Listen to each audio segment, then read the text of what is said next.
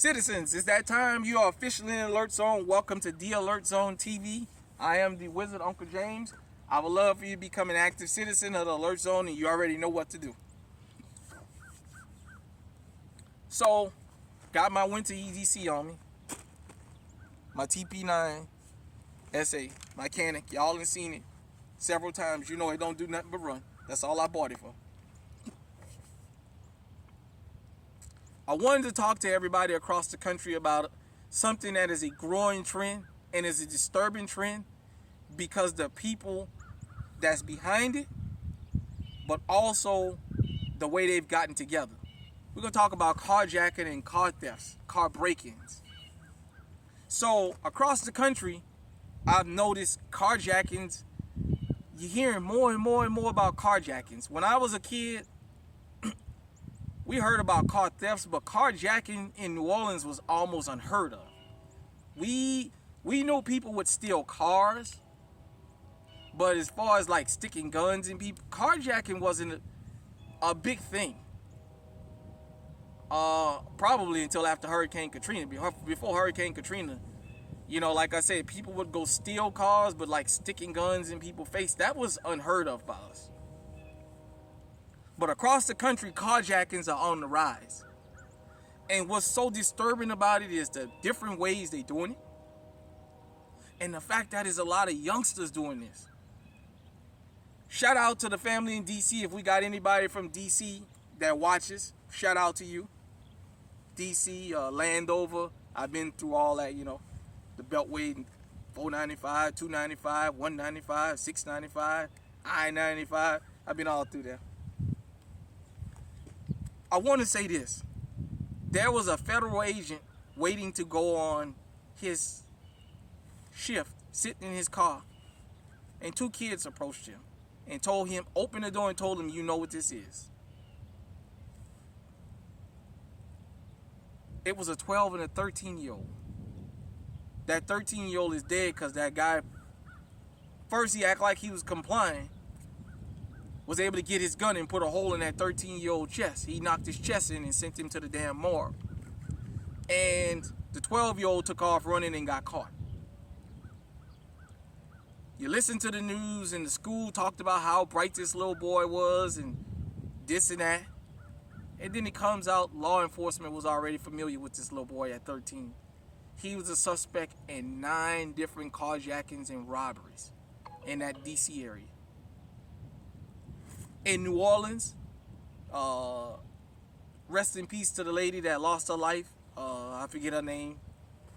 You know, the video is up there on YouTube of her getting off from work and the kid taking her car from her and driving off while she in the door, and her arm got ripped from her body and she wound up dying.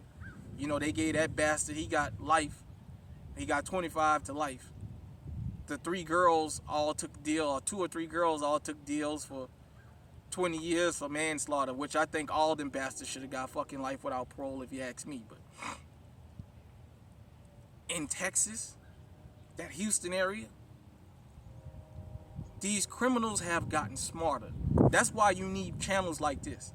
If you're just coming on YouTube to see people gun collection and just to see people shoot and that's it, there's a lot of things going on around you. You got to understand, these ain't just for sporting. These is for self-protection.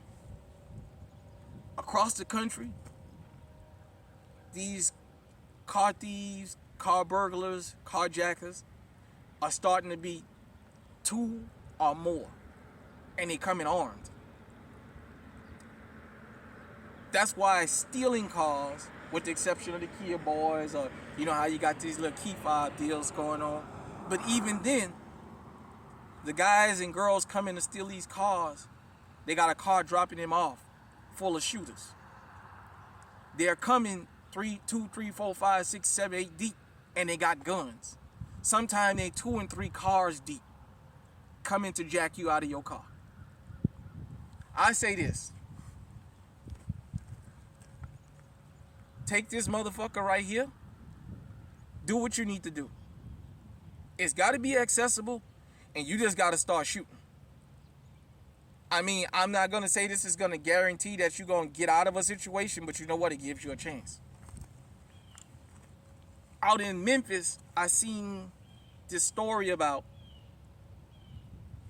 the guys breaking in cars, and now they got some kind of device they done got a hold of where they press it, they can unlock your car doors, and your alarm not go off. Let me explain something to you. To those of you who have firearms that's legally owned, stop leaving your guns in your car overnight. That's how these criminals are getting armed. Everybody think these criminals just buying guns. Some of these guys and girls is flat broke. They breaking in cars because they know that's the way to find guns now. If you own a firearm legally, when you park your car for the night, take that gun in the house with you. Don't leave that shit in your fucking car.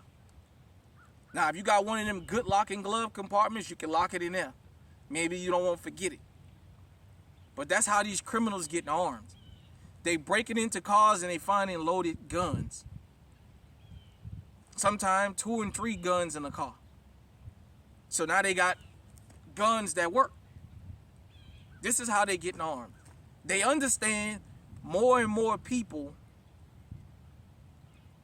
are getting armed. So it can't be like, shout out to T Electric, the cat burglar no more. It can't be the one dude that's breaking. They got to come as a team because of the possibility of getting into a shootout with multiple people. When you out here riding, you have to be cognizant. And this cuts across racial and ethnic lines. Because they only want to try and show a particular group doing it. But when you start pulling these masks off them and what have you, you're seeing it's not the usual suspects. It's some of these unusual suspects that's out here doing this shit too. So don't think because you don't live around blacks or Hispanics, you immune, because you're not. You're not. It's happening in all communities. The news just want to pick and choose what they want to report. I'm telling you that. I live up here in Iowa. I live in a state that's 91% fucking white. I know what I'm talking about. Minnesota, up there, that St. Cloud, that St. Paul, that Minneapolis area, they talking about how the carjackings that went up. And that it's the teens doing this stuff. And it's 4 and 5 of them together. Rest in peace to the retired firefighter out there in Chicago that went to get that gourmet popcorn. He had it on him. He lost his life, but he went down swinging. They came 4 deep to get him. He was just outgunned because there was too many of them. Not that he didn't have proper equipment. He was just outgunned. But he gave himself a chance.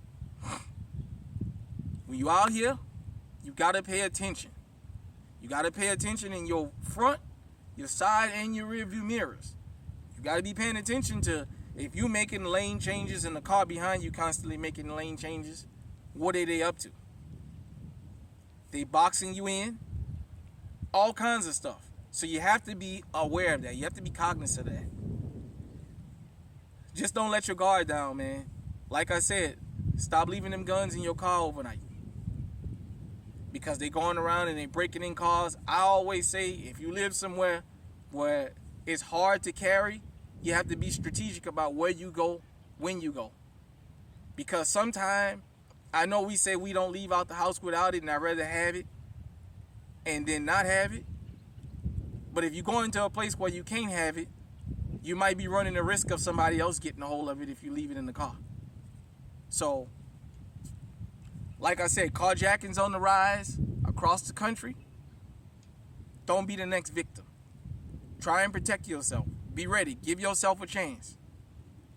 Hit me in the comment section and let me know what you think. Until next time, stay safe, stay armed, stay on high alert.